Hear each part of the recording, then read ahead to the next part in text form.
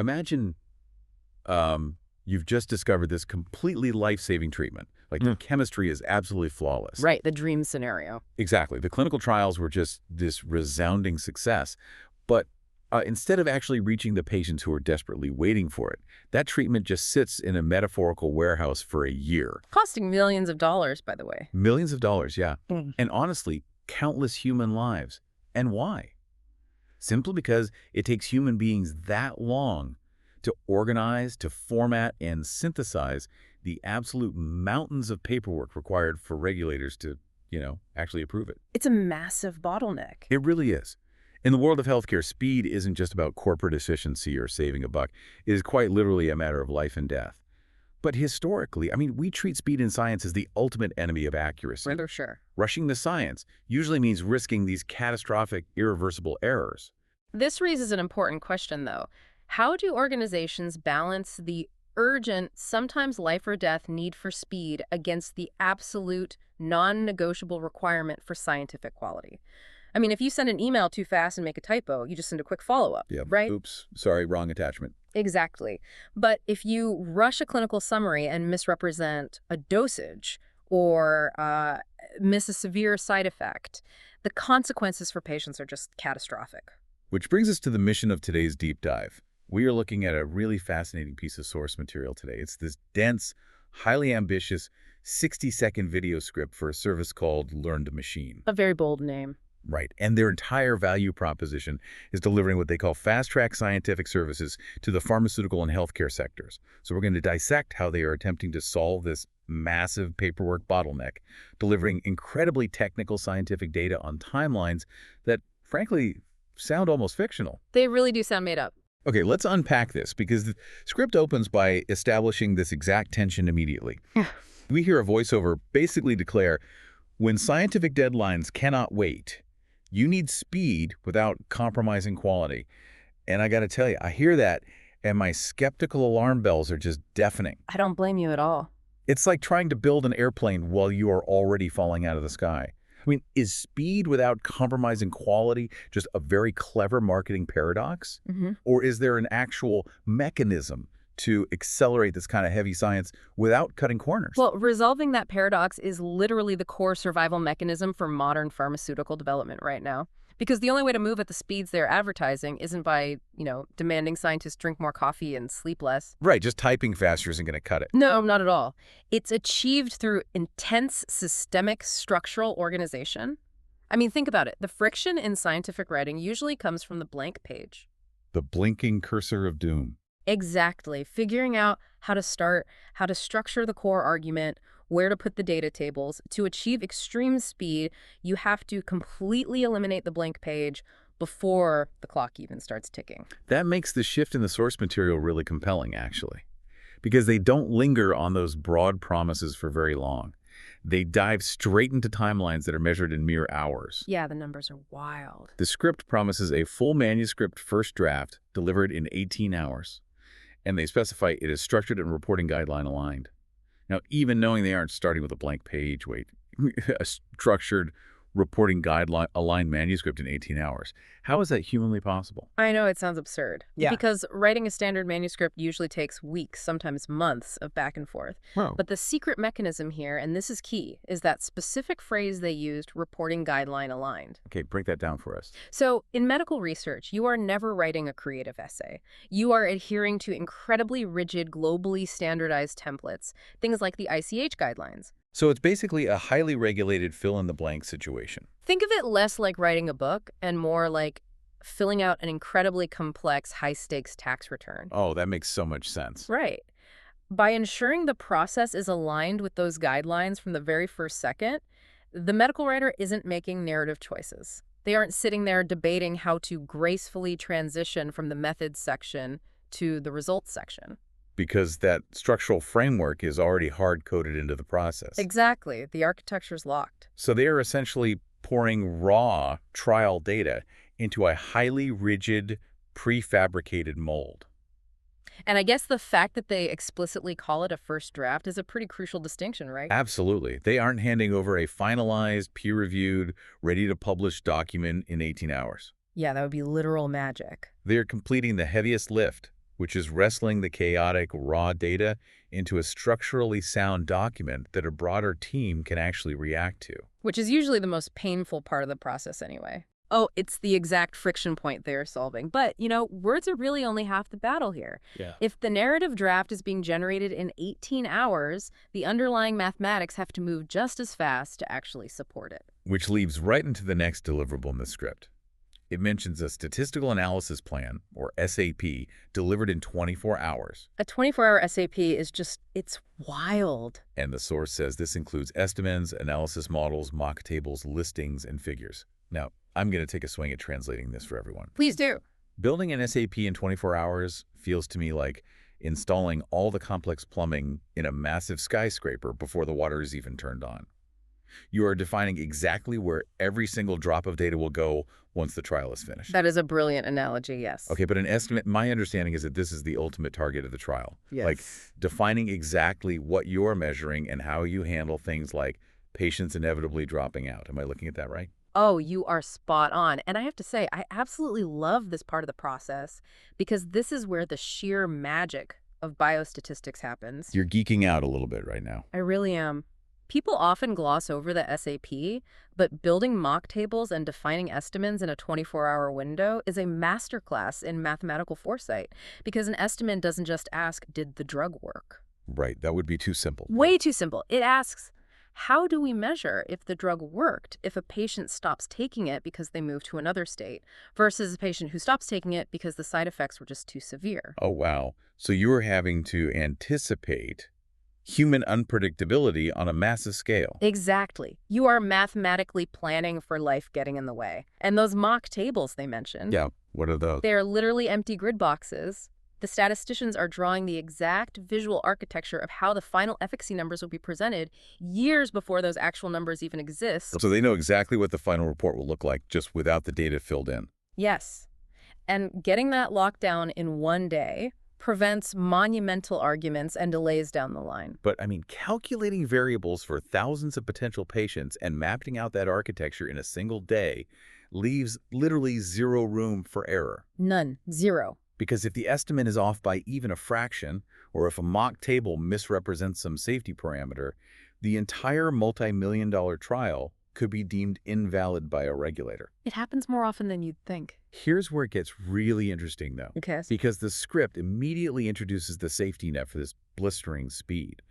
They outline a scientific QC report, a quality control report that takes 36 hours. Yes. The crucial checkpoint. And just look at the sheer proportion of time there. It takes 18 hours to write the manuscript draft, but double that time, full 36 hours to just quality check it.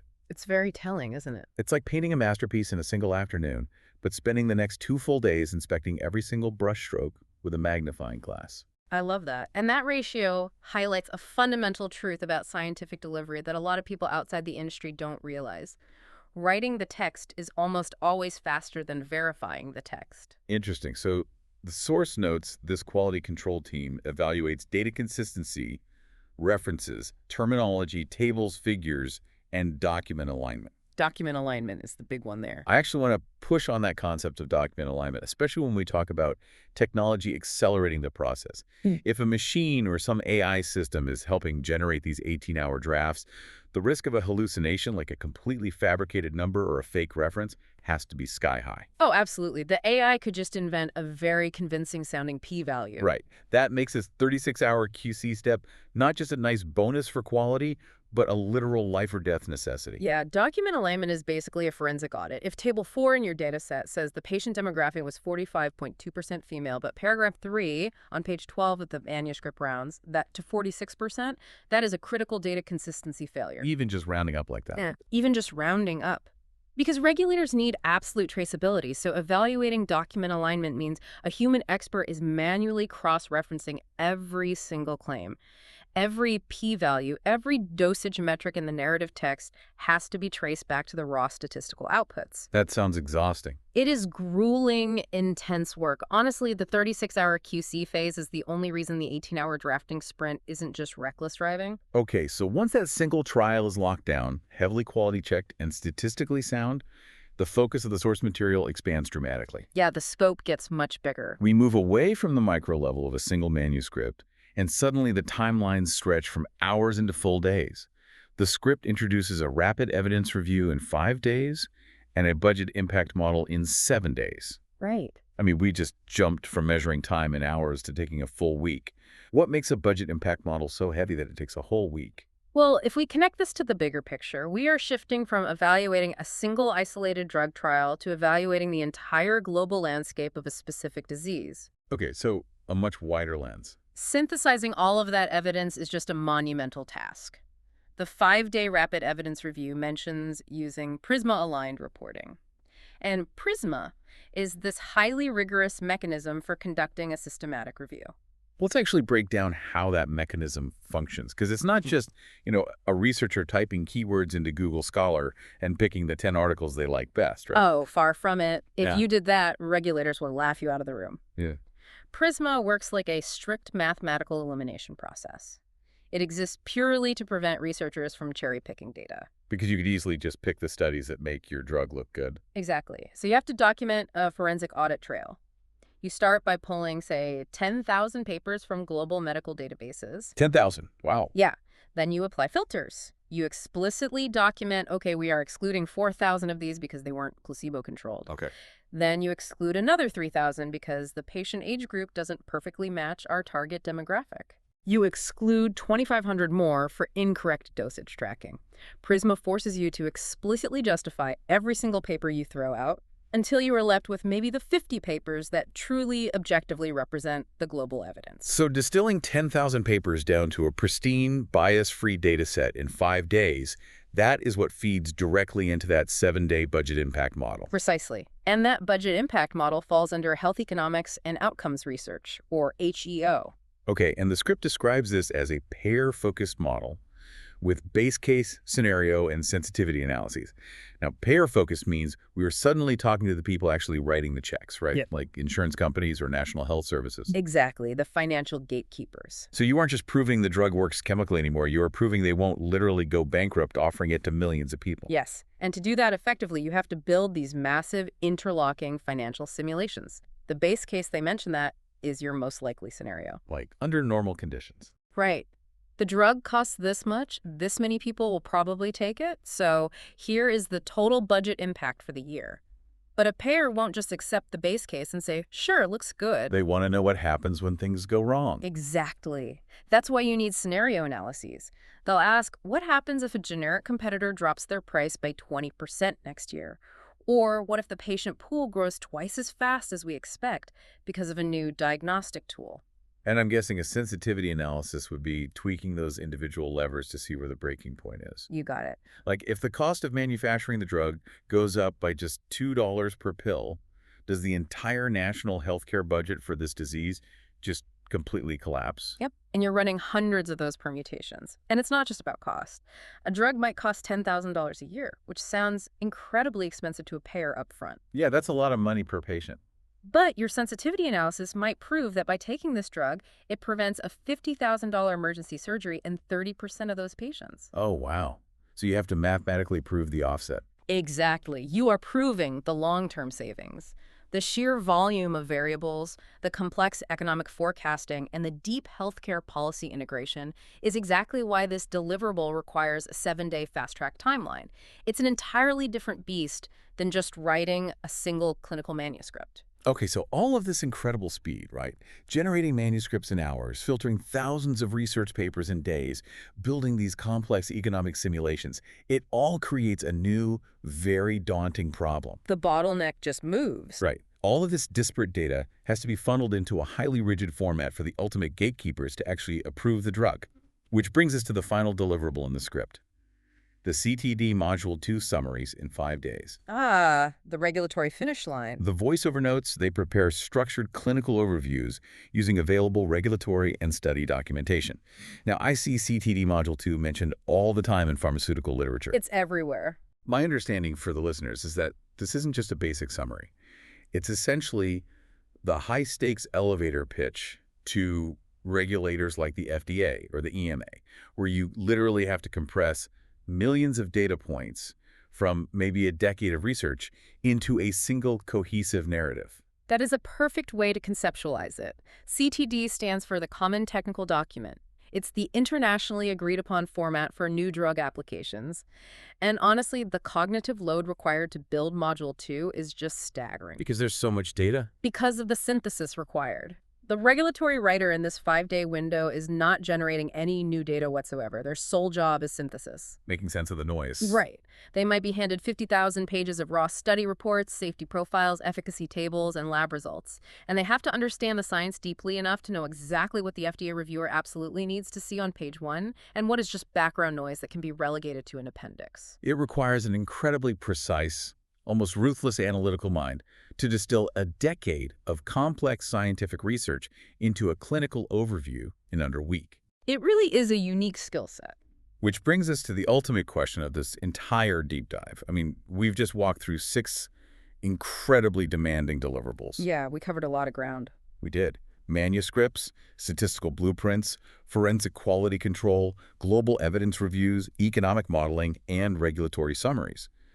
How on earth is this underlying speed actually achieved without the whole system just collapsing in on itself? Like, what is the actual engine behind learning machines? Well, the script reveals their operational formula right around the 44-second mark.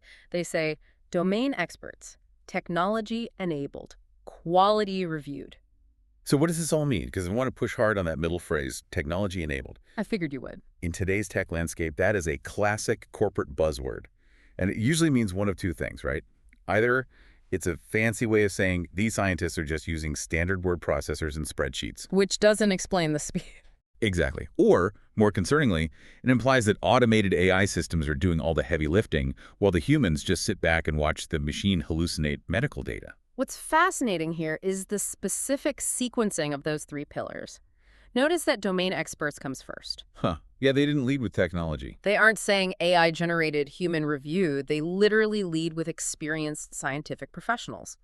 This clearly signals that human domain expertise is still the irreplaceable core driver of the entire service. Because AI can't do the deep thinking yet. Exactly. And AI cannot currently understand the nuanced policy implications of a budget impact sensitivity analysis, nor can it strategize the best estimate for a really complex oncology trial. You still absolutely need the brilliant biostatistician and the seasoned regulatory writer. But, I mean, brilliant humans alone cannot type fast enough to write a pristine, guideline-aligned manuscript draft in 18 hours.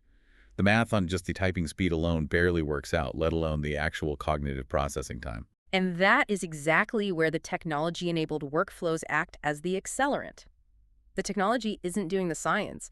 It is removing the manual friction of documenting the science. Okay, so it's handling the busy work? Heavily specialized software is likely handling the structural formatting, automatically populating those mock tables with the live data streams, tracking the thousands of Prisma references so a human doesn't have to, and flagging formatting inconsistencies in real time. So by offloading the tedious manual labor that usually completely bogs down scientific writing, the human expert's cognitive bandwidth is freed up to focus entirely on the scientific narrative. And the complex analysis. Yes. They're basically using the technology as a mechanical exoskeleton for the human mind. I love that image. It lets the domain expert lift heavier weights faster. And then, of course, it all loops back to that final pillar they mentioned, quality review. Right, leaning heavily on that forensic 36-hour QC checkpoint we discussed earlier. To catch any anomalies the technology might have introduced. It's a very tightly woven, interdependent system. It really is a comprehensive suite designed to attack the friction points. They have meticulously targeted every major bottleneck in the scientific documentation lifecycle, from that very first draft all the way to the final regulatory submission. Bringing this all back to you, the listener. Whether you work in healthcare administration, whether you're in the tech sector building these kinds of workflow automations, or if you just love understanding how complex systems function under immense pressure, there's a massive takeaway here. There absolutely is. We are looking at a blueprint for how even the most heavily regulated, data-dense, risk-averse industries in the world are finding ways to systematically accelerate their output. And they aren't doing it by dropping the ball on quality or just blindly trusting AI to do the work. They are doing it by rigidly structuring the work environment, utilizing technology to amplify human expertise rather than replace it, and heavily isolating that quality control phase. It proves that speed and accuracy don't have to be enemies, provided the structural mechanics of the system are designed correctly. However, unpacking all of this does leave us with a rather profound and honestly slightly concerning lingering thought. Oh. Well, if services like learned machines successfully implement this formula across the entire industry, like if major pharmaceutical companies can suddenly mass produce 18-hour manuscripts, 5-day global evidence reviews, and 5-day regulatory summaries, what happens to the human regulators sitting on the other side of the desk? Oh, wow. Yeah. You solve the speed of creation, but you don't change the speed of the recipient. Precisely. The FDA, the EMA, these government agencies are already notoriously understaffed and overwhelmed as it is, Yeah, they take months to review things. sometimes years. So if the speed of generating highly formatted, mathematically sound clinical data suddenly dramatically outpaces the bandwidth of the agencies tasked with reviewing and approving it, where does the bottleneck in scientific advancement move next? It just shifts down the assembly line. Exactly. We might be building airplanes faster than ever before, but if 1,000 airplanes suddenly show up in the airspace at the exact same time, you still need human air traffic controllers to clear them for landing. And right now, the control tower isn't moving any faster. That is a brilliant point to leave on. You completely clear the traffic jam in the laboratory, only to create a massive, unprecedented pileup at the regulatory finish line. It really is a fascinating look at the unintended ripple effects of hyper-efficiency. It absolutely is. Well, thanks for joining us for this deep dive, and we'll catch you next time.